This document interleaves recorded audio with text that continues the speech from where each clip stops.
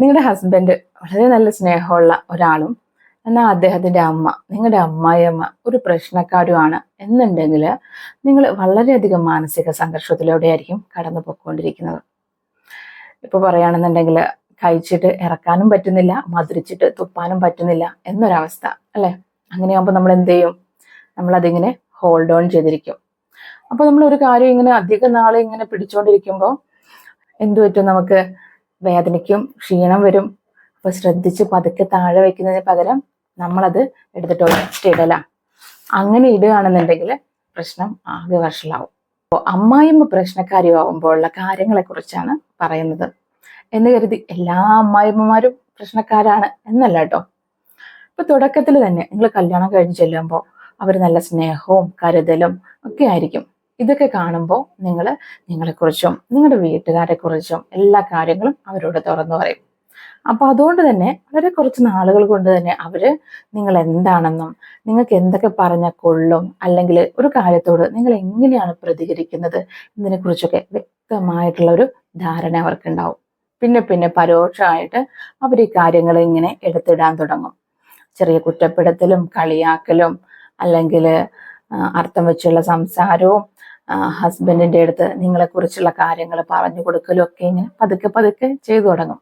അപ്പോൾ കുറച്ചൊക്കെ കാര്യങ്ങൾ നിങ്ങൾക്ക് ഇങ്ങനെ മനസ്സിലാകാൻ തുടങ്ങുന്നതുകൊണ്ട് തന്നെ നിങ്ങൾ പലപ്പോഴും ഒരു നല്ല മരുമകളാകാൻ വേണ്ടിയിട്ട് നിങ്ങൾ ശ്രമിച്ചുകൊണ്ടേയിരിക്കും. പക്ഷെ അവരെ തൃപ്തിപ്പെടുത്താൻ നിങ്ങൾക്ക് ഒരിക്കലും സാധിക്കില്ല.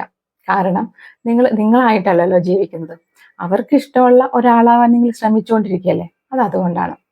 പിന്നെ പതുക്കെ പതുക്കെ അവരുടെ ഒരു കാരുണ്യം കൊണ്ടാണ് നിങ്ങൾ ജീവിക്കുന്നത് എന്നുള്ള രീതിയിൽ, അല്ലെങ്കിൽ അവരും നിങ്ങളും തമ്മിൽ വലിയ രീതിയിലുള്ള വ്യത്യാസങ്ങളുണ്ട്. കുടുംബപരമായിട്ട്, ജാതിപരമായിട്ട്, അല്ലെങ്കിൽ സാമ്പത്തികപരമായി കുടുംബക്കാർ തമ്മിലുള്ള വ്യത്യാസം, അല്ലെങ്കിൽ കുടുംബബലം കൊണ്ട്, അല്ലെങ്കിൽ ചെയ്യുന്ന കാര്യങ്ങൾ തമ്മിൽ നിങ്ങൾ വലിയ രീതിയിലുള്ള അന്തരമുണ്ട് എന്നുള്ളൊക്കെ ഒരു തോന്നല്, അല്ലെങ്കിൽ അവരാണ് എന്തുകൊണ്ടും നിങ്ങളെക്കാളും മുകളിൽ എന്നുള്ളൊരു തോന്നല് നിങ്ങൾ ഉണ്ടാക്കുന്ന ഒരു സംസാര രീതിയും കാര്യങ്ങളൊക്കെ ആയിരിക്കും അവർ പിന്നെ ചെയ്തു തുടങ്ങാം.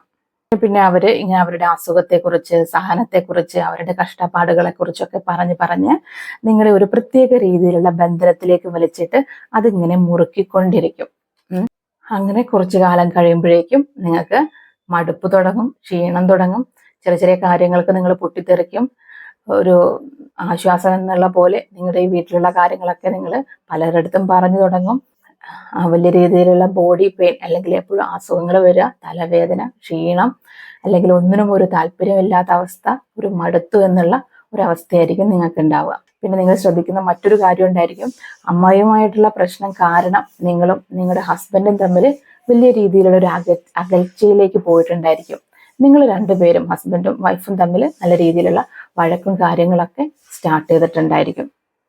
അപ്പോൾ ഒരു കാര്യം പറയാണ്, ചെറിയ ചെറിയ അഭിപ്രായ വ്യത്യാസങ്ങളൊക്കെ എല്ലാ വീടുകളിലും ഉണ്ടാവും. എല്ലാവരും തമ്മിലുണ്ടായിരിക്കും അല്ലേ. നിങ്ങളും ഹസ്ബൻഡും തമ്മിലുണ്ടായിരിക്കും, നിങ്ങളും കുട്ടികളും തമ്മിലുണ്ടായിരിക്കും. ഓരോരുത്തരും ഓരോ രീതിയിലാണ് ഒരു കാര്യത്തെ കാണുന്നത്. ഓരോരുത്തർക്കും അവരുടേതായിട്ടുള്ള രീതികളൊക്കെ ഉണ്ട്. അപ്പോൾ അഭിപ്രായ വ്യത്യാസം എന്ന് പറയുന്നത് അത് ഒരു സാധാരണയുള്ള കാര്യമാണ്. പക്ഷെ വലിയൊരു വഴക്കിന്റെ കാര്യമല്ല കേട്ടോ, വലിയൊരു ഇഷ്ടക്കേടിന്റെ കാര്യമല്ല പറയുന്നത്. അപ്പോൾ പിന്നെ എങ്ങനെയാണ് നിങ്ങളത് മനസ്സിലാക്കുന്നത്? ഞാൻ 2 ചോദ്യങ്ങൾ ചോദിക്കാം. അപ്പൊ നിങ്ങൾക്ക് കുറച്ചുകൂടി കാര്യങ്ങൾ വ്യക്തമായിരിക്കും.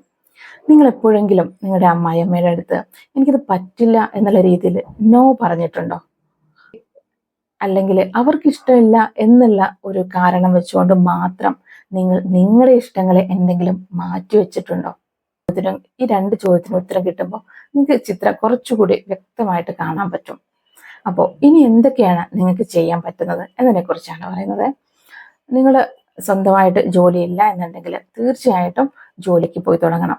അതൊരു വരുമാനം ഉണ്ടാക്കുക എന്നത് നിങ്ങൾക്ക് ഒരു ആത്മാഭിമാനം ഉയർത്തുന്ന ഒരു കാര്യമാണ്. നിങ്ങൾക്ക് ആ സാഹചര്യത്തിൽ നിന്നും മാറി നിൽക്കുമ്പോൾ, അല്ലെങ്കിൽ നിങ്ങൾ അവിടെ തന്നെ പ്രശ്നം ഉണ്ടായി പിന്നെ അതിനെക്കുറിച്ച് ആലോചിച്ച് വിഷമിച്ച് കരഞ്ഞ് വീണ്ടും അത് മറ്റൊരു പ്രശ്നം ഉണ്ടാക്കാനുള്ള ഒരു സാഹചര്യം കൊടുക്കാതെ നിങ്ങൾ കുറച്ചു നേരം അവിടെ നിന്ന് മാറി നിൽക്കുമ്പോൾ അത് നിങ്ങൾക്ക് കുറച്ചും കൂടി നല്ല ഒരു സന്തോഷവും, പുതിയ കൂട്ടുകാരെയൊക്കെ കിട്ടുമ്പോൾ അവരുടെ ജീവിതത്തിലേക്കൊക്കെ നോക്കുമ്പോൾ അവരൊക്കെ എങ്ങനെയാണ് പ്രശ്നങ്ങളെ സോൾവ് ചെയ്യുന്നത്, അല്ലെങ്കിൽ അവരുടെയൊക്കെ ലൈഫ് എങ്ങനെയാണെന്നൊക്കെ മനസ്സിലാക്കുമ്പോൾ നിങ്ങൾക്ക് ഒരുപാട് കാര്യങ്ങളിൽ നിങ്ങൾക്ക് വ്യത്യാസം ഉണ്ടായിരിക്കും.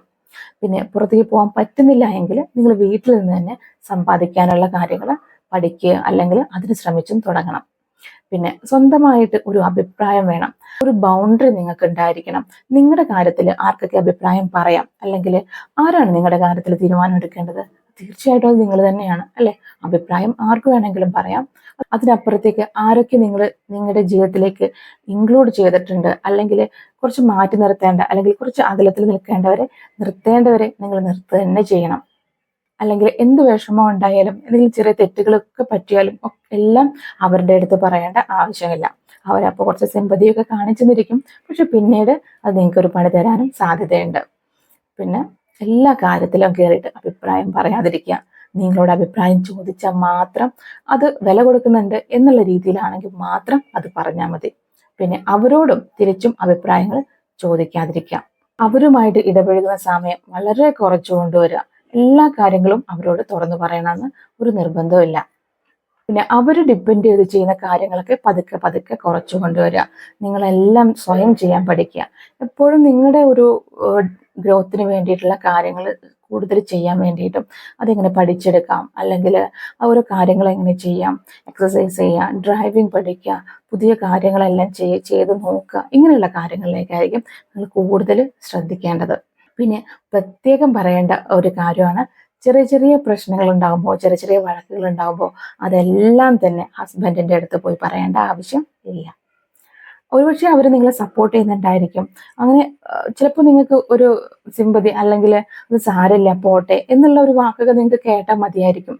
അതിന് എപ്പോഴും ഇങ്ങനെ ചെന്ന് പറയുമ്പോൾ ഒരുപക്ഷെ അവരുടെ പ്രതികരണം അങ്ങനെ ആയിരിക്കണമെന്നില്ല.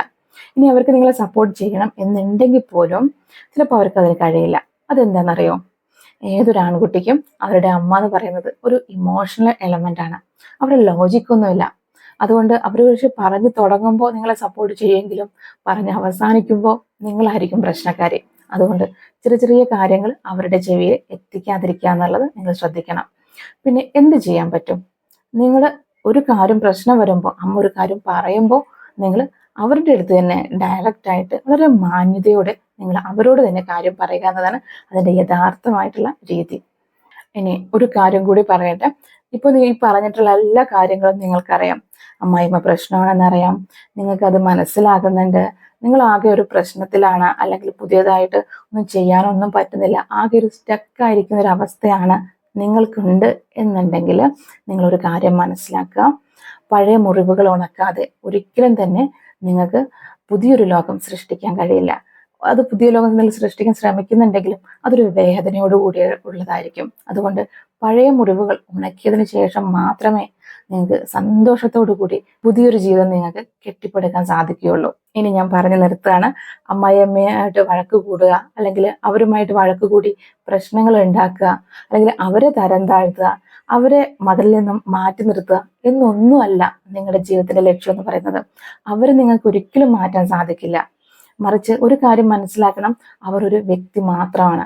ഇതുപോലെ സ്വഭാവമുള്ള ഒത്തിരി ആൾക്കാർ നിങ്ങളുടെ ജീവിതത്തിലേക്ക് വന്നിട്ടുണ്ടായിരിക്കും, ഇപ്പോൾ വരുന്നുണ്ടായിരിക്കും, ഇനി വരാനും പോകുന്നുണ്ടായിരിക്കും. അതൊന്നുമല്ല നിങ്ങളുടെ ജീവിതം എന്ന് പറയുന്നത്. നിങ്ങളുടെ ജീവിതത്തിന് അതിൻ്റെതായിട്ടുള്ള ലക്ഷ്യങ്ങളുണ്ട്, അല്ലെ? അവർ ജീവിക്കുന്നത് അവരുടെ ജീവിതമാണ്, നിങ്ങൾ നിങ്ങളുടേതും. Okay, thank you.